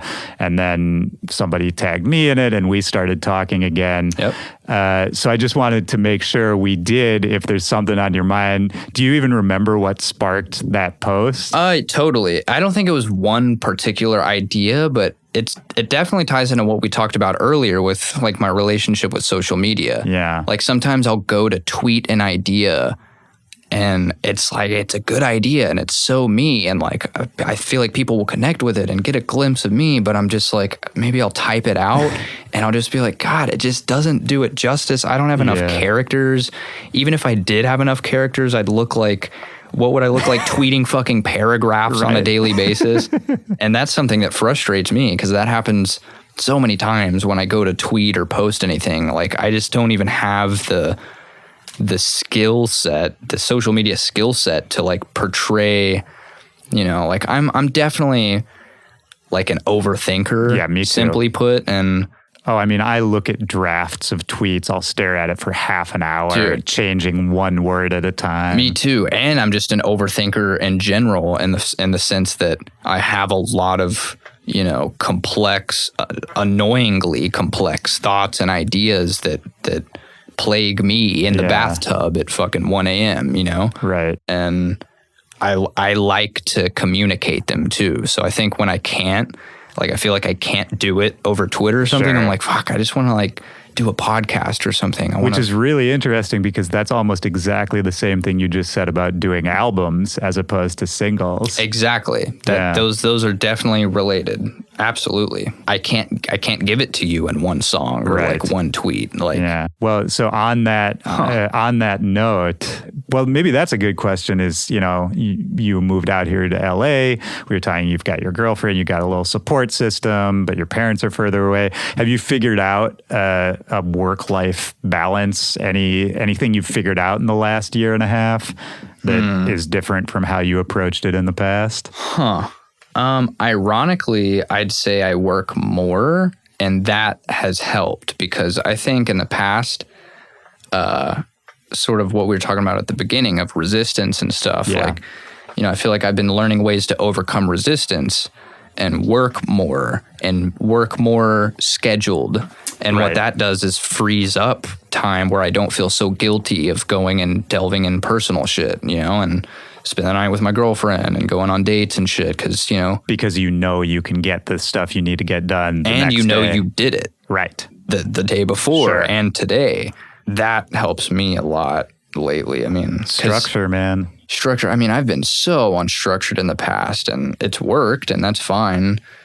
And there's no right or wrong way, but it's not even necessarily a structure thing with me. Structure might just be a side effect of just doing. Like it'll just happen naturally. Like we said with sleep schedule, it's like if you're just working hard and being focused, all of a sudden you're waking up at 9 a.m., Yep. That's been happening to me for like the past 2 weeks somehow. And that's a brand new thing for me. And that's normally been so hard.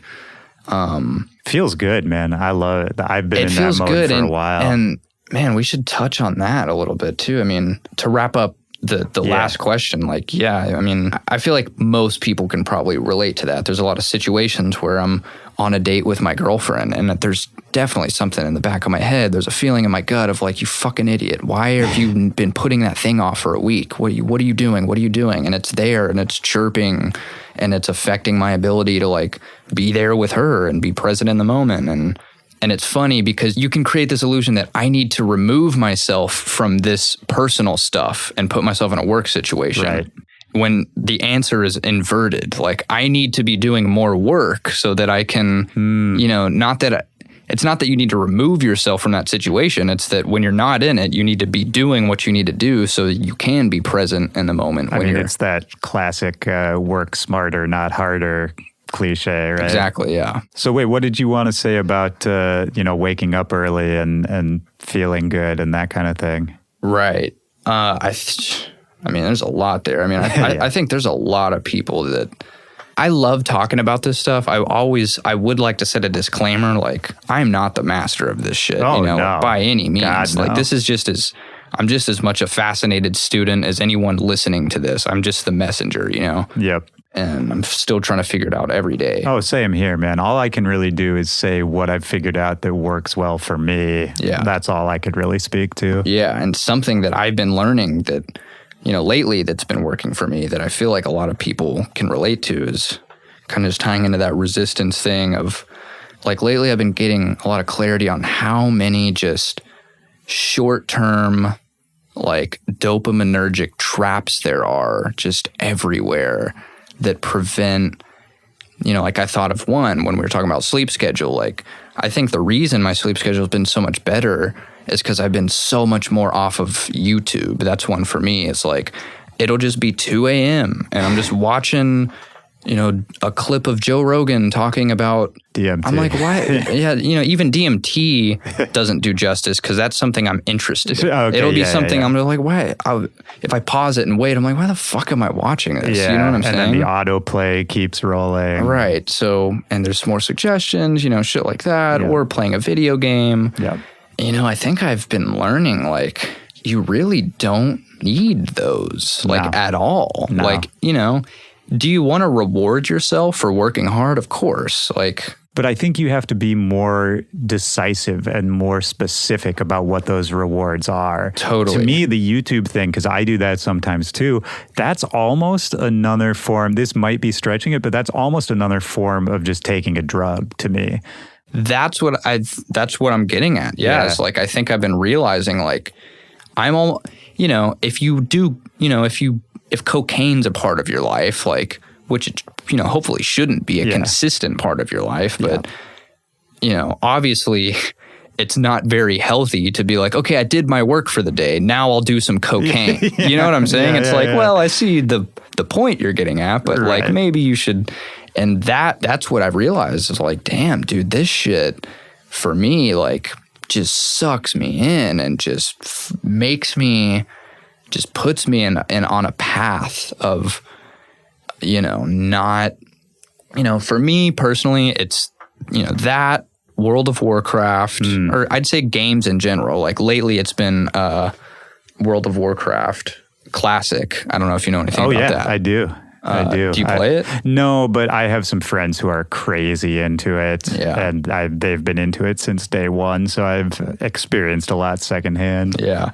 And it's hard with these things like, like you said, you have a lot of friends that are, doing that. It's YouTube is as common a part of everyone's lives as fucking eating breakfast, you know? So it's like distancing yourself from these things can feel like detachment from just social life in general sometimes. Yeah, that and too.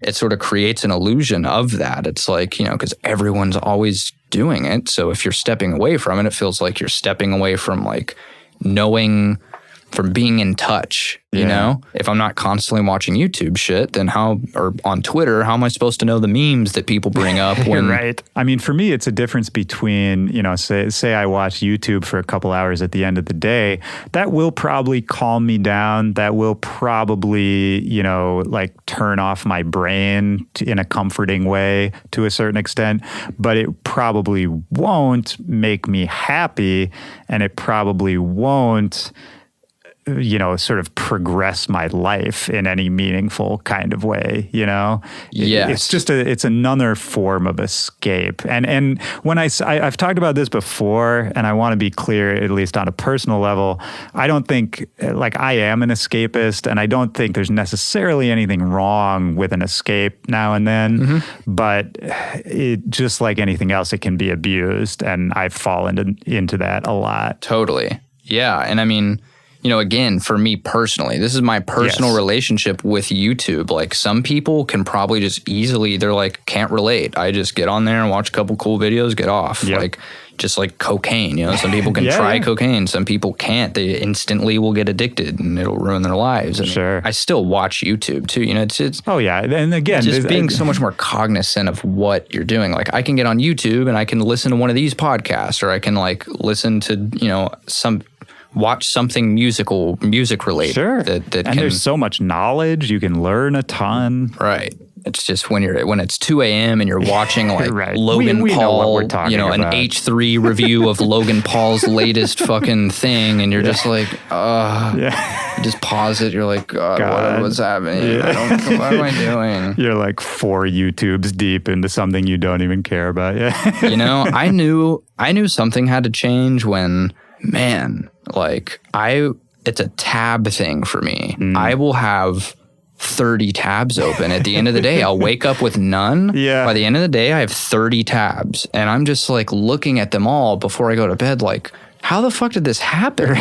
Like, it's just, I think that's a literal manifestation of just totally succumbing to resistance, like I've just let go of all control. I'm waiting for inspiration to strike. I'm waiting till, once I feel better and more inspired, then I'll do that thing that I'm putting off. Like, once that happens. And it's the idea that you can, that is such an illusion, that you can just start doing it right now and build a good snowball of momentum in a positive direction, Yeah, just the idea that once I'm inspired, then I'll start working on that thing. Like, you'd be so surprised every time I just do away with that mentality. Yep. And I just go to make a beat. I make a hard ass beat, and I'm like, I'm glad I fucking did that. Oh, dude, yeah, it's the hardest thing to do, but then once you're in it, it makes so much sense. And this goes back to what we were talking about at the very start of the conversation, right? As you build up these mental checklists that have to get done before you can do the actual thing, and so much of that is just false and kind of just you working against yourself. Yeah. Even the thing you were saying about 30 tabs by the end of the day, then you have to look at those tabs. That's another thing you have to do before you go to bed. Yeah, literally. Yeah, and it's I relate to that hard, man, and I think a lot of people probably will. I like make a YouTube priority list of like, that looks kind of interesting. Right. Open a new tab. Maybe I'll watch it later. That looks really interesting. We'll go ahead and actually officially click on that. Yeah. And then now you have a new set of suggestions. Oh God, yeah. So I mean, exactly I think what you're talking about. Like That shit is designed. It's so insidious that way. Dude, that's another dimension of this. It is designed for that. Oh, yeah. Twitter's designed for that. And Instagram, Facebook, it's all designed for that. They are studying how to make you more addicted to it. Yeah. It's like a war you didn't even realize you were fighting, you know? Yeah. I mean, it's some weird shit going on, man. And you're a test subject, too. Even while that's happening, you are a test subject and you're making this algorithmic footprint and you're giving away data that's being used and sold and you don't even know how or why, and everyone's just like being sucked. Like we're just being vacuumed. You know what I'm saying? Yeah. And like I hate to sound like a grandpa, but well, it's true. I mean, I'm not even necessarily like saying it's the end of the world, but it is reality that we're living in. That is happening. Yeah. I think that's why I would even take it upon myself a little bit just to talk about this, not because I think I've mastered it or anything, but because there's not, you know, there's a good amount of people talking about this. We need more people, like, just promoting the idea that you don't get to choose whether you're born or not. You're just born in this day and age, and now you exist. And no one's really giving you the tools to fight these things that you don't even realize you're fighting necessarily. You grow up in it. You're just succumbing to TV, you know, and this is a relatively new thing that, you know, they had different forms of it. I'd believe way lesser versions of it, you know? Like today you can just be born and just advertisement. You know, you get a fucking iPhone when you're like 10. Well, technology is evolving faster than organically we're able to evolve, I think. Totally. And, I have this theory, or at least this hope, that, you know, 10, 20 years, 30 years down the line, hopefully they're going to be teaching, you know, social media classes in school, technology classes that actually give kids tools to deal with the things that have been invented so quickly and thrust in front of them that, you know, even the adults don't know how to handle it. But I hope we get to some kind of equalization point. That would even be a weird point. I mean, it would. I don't even necessarily know what that would look like. But imagine we have classes that teach us how to maturely navigate social media, these things that, like, I'm saying, man, I think these sorts, you know, pretty just fully unregulated, at least from a psychological perspective. Like, they're so psychologically unregulated, you know, they're literally having meetings with psychologists and fucking scientists right now on how to give you a hit of dopamine with this, you know, system, the way that the like system works, the way. Yeah. And I mean, I think the reason it's worth talking about is not just because we're doomed, but because, and just pointing out that we're doomed, but it's because so many people are unhappy and they don't even know why. Yes. I would be willing to bet that is the biggest cause of anxiety and depression, period, and it's a pretty general, broad statement, but just succumbing to resistance and how much that's aided by YouTube and Twitter and everything. And it just so becomes a part of your life and your social life that you don't even realize that, you know, how unhappy it's making you until you step away from it for a little bit and you start to do shit and, like, move in a direction with your career, move in a direction with your relationship, and you realize how much more bandwidth you have to do all these things, and, you know, how much more precise you can be, and how much, you know, you're not thinking about that next. I'd say that the easiest way to put it is I've been learning how much I've been living for just the day, like the hour, just like, I just need to be entertained this hour. Right. What video can I watch? Maybe I'll try to fuck around, make a beat. It's not that fun. I'll go back to YouTube. You know, and that's what these are all designed to, like, compress your attention down to an hour. And I mean, there's a lot of ways that that's reflected in, like, average Spotify song time right now. It's like fucking a minute and a half, you know? Like, I mean, that's affecting the way people are writing songs now. Yep. Yeah, which is so fucked. Totally. I mean, and songwriters will tell you that. Oh, yeah. They'll be like, yeah, if I'm playing all the games, like, yeah, I'm just writing a super catchy thing. I'm getting to the chorus quick, and the song is not over 2 minutes. Yeah. Like, they'll literally tell you because they're just obeying the algorithm that's just unfolding. Yeah. It's a weird time. It's It's a fun time too. I want to make sure I say that. Like, so much, I feel like a lot of the times when I make these statements on this podcast, it ends up sounding like I'm complaining, but I'm having a pretty fun time in my career and with music right now, just in general. Yeah, I like to emphasize that too. I'm glad you're having fun too, man. You mentioned earlier, obviously a lot of people know you for the sample packs, and I think that's another way you've really contributed to the whole culture and the dialogue, or whatever you want to call it. And some of the, your splice packs are fairly legendary. Are you going to keep doing that? That was the idea behind, I started a thing called Overdose. My original ones were called Microdose. And then I started like a series on Splice called Overdose, where I would bring in like, more unheard of, smaller producers that have really cool sounds, and I'd let them like do a sample pack and get a check from Splice. And well, hey man, there's nothing wrong with saving it up. I mean, even if a year or 2 years down the line you feel like you want to drop another one, I think the scarcity thing could even work for you. People will still be stoked for it. Oh yeah, I mean, no doubt about that. I'd think Splice for me, and for a lot of people, shouts out Splice, provides me with good money that I can play with my branding shit. Absolutely. And I can go get visuals, and my stage production can have this much bigger of an LED because of Splice. Absolutely. I mean, it gives you resources, but then also it goes both ways. You're also providing resources to all of Splice's users, and I think contributing to broadening people, the production community at large. I'll definitely put out some sample packs for sure. Anything else you're stoked on? Anything else that's on your mind? I mean, I'm doing these 2 shows that we talked about. Right. Where I'm sort of, troubleshooting, just playing almost an entirely me set, brand new production, like all well thought out visuals, I've never gotten to do before. Yeah. Well, and I'm sure there's a bigger tour being planned. Yeah, for next year. It's pretty small too. That one is going to be running off the same scarcity principle because you can't be bringing like ridiculous production to fucking Vermont. You know what I'm saying? Yeah, sorry, Vermont. I love you, Vermont. Maybe we should explain that because a lot of people don't know how that works. But that's like one of the most common cliches, right? Is why didn't you come to my city on your tour? Or why did you come to my city but it didn't look like the videos from LA? Sure. Well, or why didn't I know you were in my city? There's all those kind of things that you're right that there's such a disconnect, I think, from a listener perspective to an artist's perspective.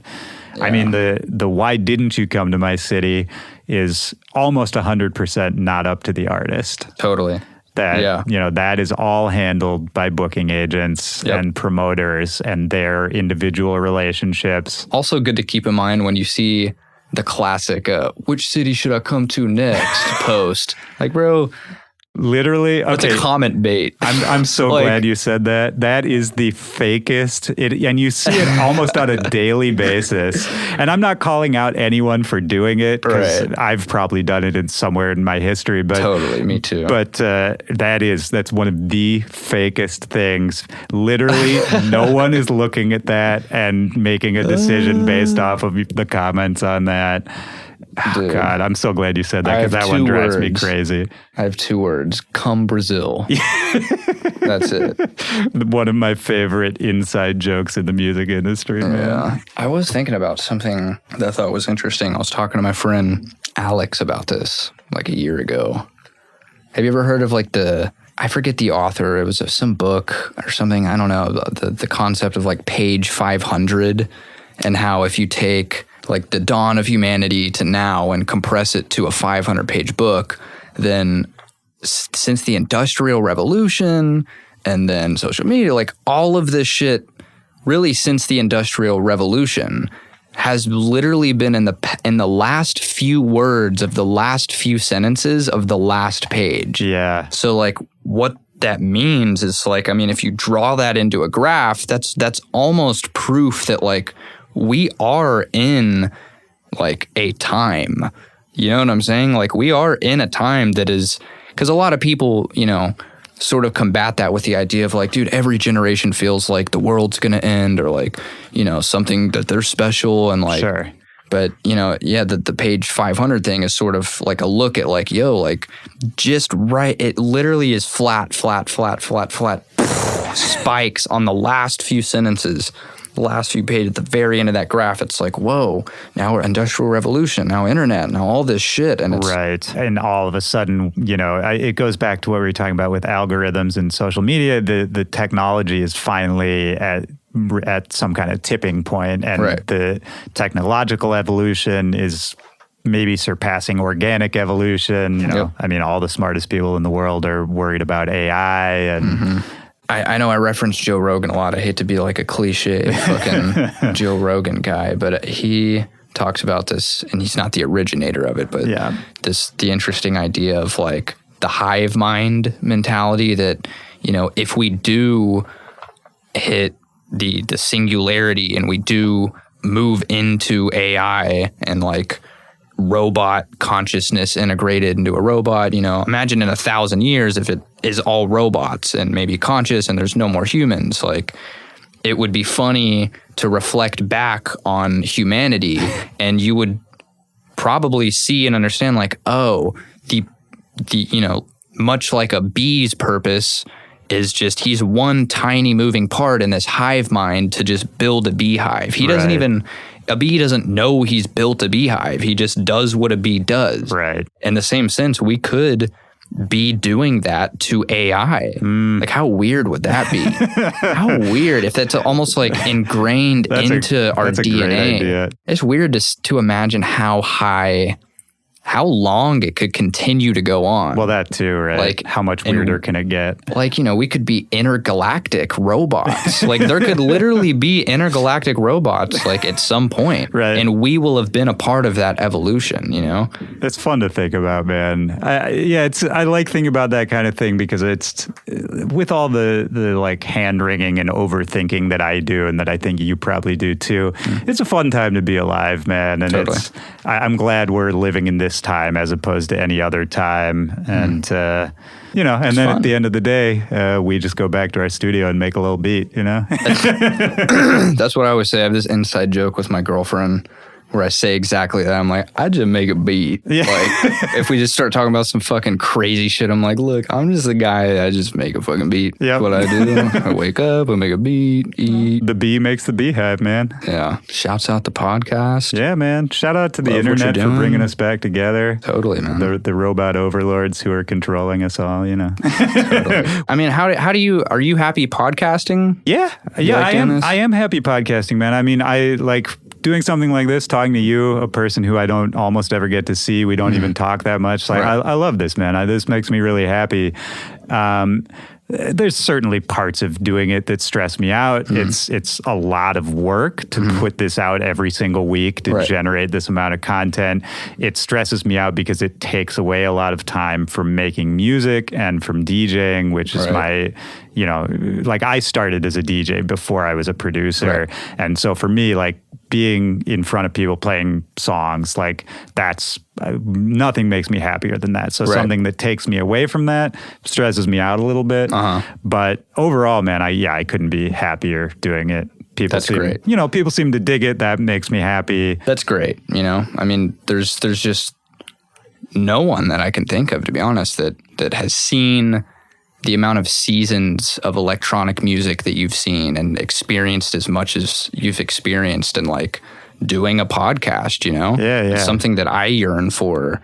And, I always have that classic fucking white guy thought of like, dude, let's start a podcast. But seriously, I'm like, I wish you would, man. There's not enough. Like, when I first started doing this, I was very protective of my idea, and I was really stoked that kind of no one else was doing it, and still kind of no one else is doing it. There's a few people. There's a few that popped up. But what I found is that when a few did pop up, I didn't feel that competitive. I was more excited that just like we were talking more and this kind of thing was happening more. Totally. Because I would love to hear your podcast. Like, it would be very different from mine, I'm sure. Totally. And I'd love to, get more of your view the same way, like AC Slater and Sinden just started up a podcast. And really? And I'm really stoked to listen to that. Nice. It hasn't aired yet, but it probably will have by the time this comes out. I had Tiga on the podcast, and he has his own where he's talking to people more in the techno world, and he's talking to, Seth Troxler and Carl Cox and people like that. And it's a great show too. And yeah, I don't know, man. It just makes me, this is a long-winded way to say a simple thing. It makes me more inspired to do it. Like usually a good podcast, at the end of it, I'm stoked to go back into the studio and to make something. And that's a feeling I find very valuable. Musically. Yeah. Like it helps fuel the other parts of my career where maybe beforehand I wouldn't know how to spark, that feeling of inspiration, or I didn't feel like I had another outlet, and maybe I would just sit there banging my head against the wall. Totally. Yeah. So many perspectives. You experience so many different perspectives. That's crazy to think about. Oh, dude. Because I don't, Right. And like the way that I operate, I feel like that's a scary idea of me just understanding how everyone else is doing shit. I've definitely, you probably just, it sounds scary. That's like the letting go part of me again, but it's like if you just do it, it's probably, not at all what I would think it would be. Exactly. It's like, man, it's really inspiring and interesting to fucking hear everyone's take on shit. And this is the perspective thing again, because for me, so much of it is so on a much more boring day-to-day level of like, what time is it scheduled for? And like, I got to be at this place. And then I do a lot of them, and I put one out every week. And a lot of the times, just because of the nature of the machine of keeping it going, like, I don't, someone's like, who was on the podcast last week? And I was like, I'm not sure. I got to look at, the feed. Yeah. Like, so some of it sticks with you. And then some of it is more, the benefit is like a temporary kind of inspiration. Right. But then I can go back. Like I went back and I listened to our first episode, and there was stuff in there I had forgotten we talked about, and really interesting little tidbits. So I like that it's out there for people to find at their own speed. Totally. And I even apply that to myself. Absolutely, yeah. Yeah, it's interesting, man. I mean, podcasting is Well, first of all, I don't think you should feel bad about doing it, not doing it. I mean, it just like anything else, I think it's been a cool thing for me to do, but of course, I couldn't even do it. You're a good talker.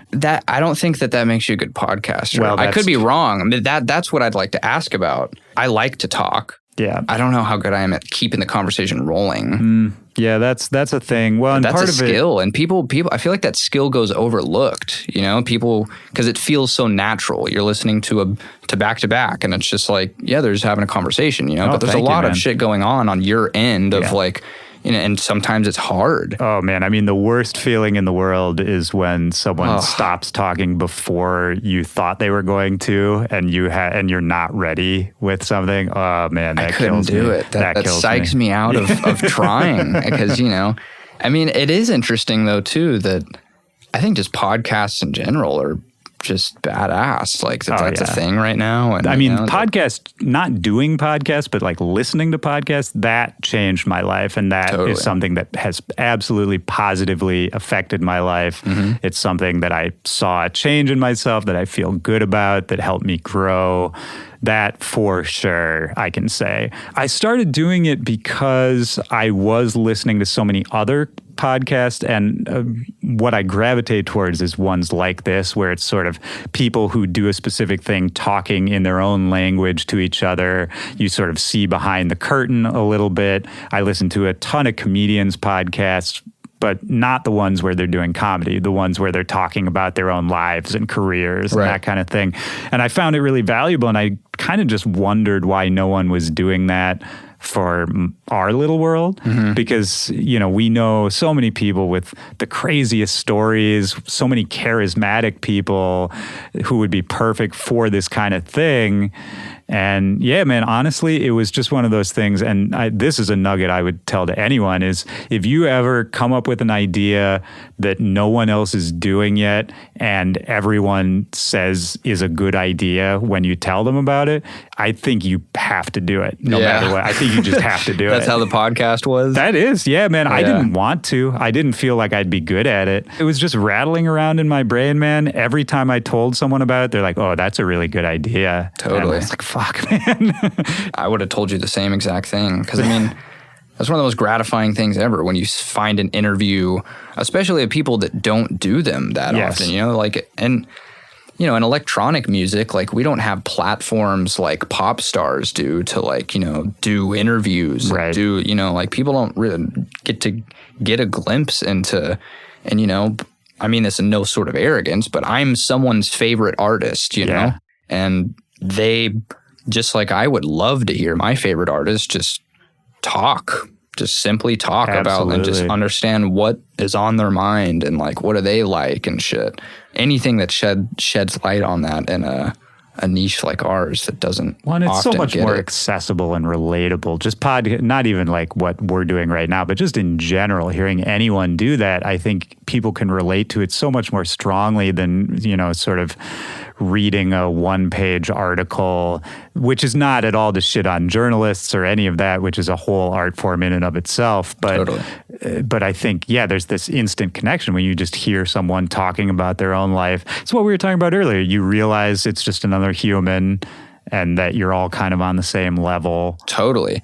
You know, I think the rise of podcast interest and just podcast in general makes me sort of optimistic about, you know, a lot of the stuff that we were talking about earlier of like social media, the fact that people are combating because, you know, you can have little tidbits of a person and think you understand them, and social media can aid that idea and like make you make quick judgments with not much information on someone, you know, and like when you get, you know, the fact that now there's a rising interest in hearing people talk and understanding where these things are coming from is a really good thing. Yeah. You know? My number one reason for doing, like, my favorite thing, period, about music is just making music. Like that feeling you get when you're just super fucking inspired and you're just making music. And outside, as long as you're achieving that, that's like all that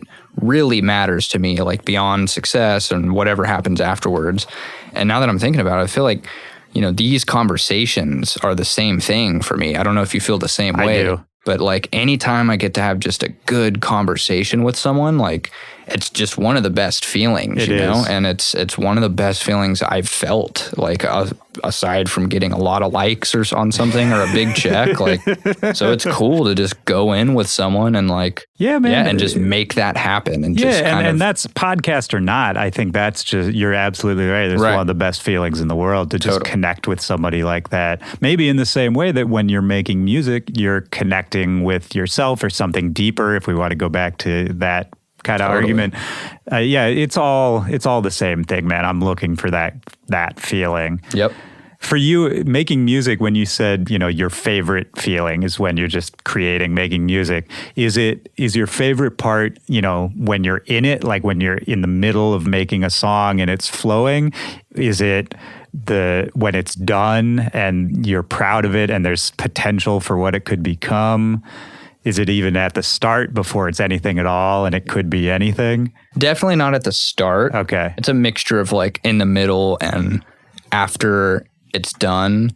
I got to be responsible. I'm sure most people feel this way, but with how much I listen to the shit that I feel amazing about, because if I just let go, I'm going to play that shit 500 times and I'm going to be numb in 2 days, you know? That's such a good point. And that's such a good point. Yeah, you got to walk away from it. Dude. You got to cut yourself off. Big time. I haven't even heard my own album in like 5 days. Really? That's awesome. Sort of. Well, yeah, I mean, I've been really responsible about that too, because, you know, you get burnt out. And you start to lose the connection of why it mattered to you in the first place, right? Exactly, yeah. I mean, that feeling, like when you're creating, it's just, I think creating is just really interesting because you're sort of just getting out of the way on accident of something happening. Like you're not even necessarily, I don't feel responsible for my creations after I've created them sometimes. I'm just like, I didn't do much. I wasn't really thinking about it. I sit down and the stars aligned and like, I just clicked a fuck ton of shit and pressed some buttons and like in 2 hours, it's and just, sometimes you don't even remember what you did exactly. exactly. And that's what's interesting. Fuck, it's like the dream thing, man. Wait, how like, so? Like you were saying, you'll have like a flash of a right. dream and remember Totally. it for a second and then it's gone. Totally. It's really interesting. It's like otherworldly sometimes when you sit back afterwards, because you start to feel yourself slowing down, like when you've been at it for 2-3 hours, just clicking, and you're in the state of flow, you know exactly what to click. There's, that's what the state of flow is with like, music is. If I sit down and I try to make a beat, I'm thinking about all these decisions. I'm like, all right, I'll try to get a vibe going with this little loop, this percussion loop, and I'll try this snare, maybe that snare. And then if you get to the state of flow, then every click is meaningful. There's like so many less figuring it out clicks. So there's just only meaningful clicks for 3 hours. And then you sit back and, typically me, I start to slow down. I'm like, what else does it need? I don't know. And then I just sit back and I just fucking lounge and play it. Yep. And I'm just like, holy shit. Like, I just feel like I just went through this process of like, I don't even know how to describe it, of like translation almost. Like I was just a servant in this process of like translation. I love that. Of like, this thing just communicated through me. I don't know how responsible I am for it, but I know that, that's what making music is. You show up every day and you allow yourself to the potential for that to happen. Yes. And you don't try not to get mad if it doesn't, hopefully you take steps to aid it in happening as much as you can, but and if you want to talk about bringing it back to spirituality, even religion, I mean, I'll co-sign that all day, and that to me is a pretty spiritual kind of thought. Totally. And God, it's so interesting, man, how, my favorite shit, I think most people's favorite shit is when, the same way I will go through that process. And that's what I believe is my best shit, is when I was most in tune with this feeling. And that reflects in the music too. Like I think when you hear something and you love it so much and it feels so authentic, they were just expressing themselves. It's typically that artist went through this translative process of doing that. And it's almost like, it's almost like another fucking dimension is like bleeding into our third dimension, like via these nodes that we call artists that like give their lives and their schedules to making themselves available for the translation process. You know? It's almost like they're portals for like for that dimension to like, and it's just funny to me that also lines up with the idea that typically is people's best work. Sure. When they're most in that. So it's like, the listeners that don't even do that, they connect the most with that. Yeah. Just almost biologically, they're wired possibly to like understand, like, it's just interesting. It's super interesting, man. And I think, in a way, I hope you know what I mean when I say this. Like, I think your music sort of embodies that spirit. And I think that's why a lot of people connect with it, because even though you're not, a lot of it's instrumental, so you're not like really putting that on display. This isn't the spoken word album, but something in it, I think people can connect to your process and the fact that, you're putting out your favorite shit that you've made in these albums, and that's the closest you've come to making those connections, right? And being that translator. Yep. And man, I think that's what people love about it. Well, I appreciate that. I mean, it's totally like a banging beat too, but of course, yeah. Well, that goes without saying. Me too. Yeah. And, I mean, I love it. That's what I, live for. And I think I'm in the process right now of just transitioning totally towards that, because like I said, I come from such a vast background of different shit I've dabbled in. And I think I'm at the point now where, it's like, I just want to do that and be known for that. And so I can do it as much as possible, because that's what I love to do. I think we got to end it there. Yeah. I think that's kind of perfect. That's a good note. We might go somewhere dark again. Yeah. That's a good note. Well, I love talking to you, man. This has been really good. Absolutely. My friend, Let's do it. album number 3. We'll come back. We'll do another one. Totally. Let's do it every time. Let's do it, man. I'm down. I'll see you in like 20 years. We'll see if I'm fulfilled yet. I'll probably have to sound and be like, dude, I'm still fucking trying to chase you. Still don't feel fulfilled. Absolutely. My cybernetic implant's acting up. All right, man. All right. Good talking to you. Peace.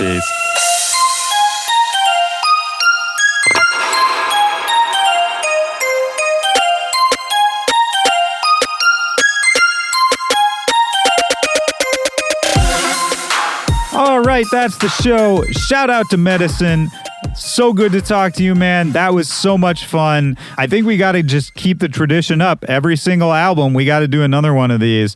And for everybody out there listening, keep your eyes peeled. The new album, Ripples from Medasin, is coming very soon. Follow the link in the description of this episode to go keep up with him. And you can keep up with me too. My name is @WillyJoy on all social media, and you can reach out to me directly, backtobackpod@gmail.com.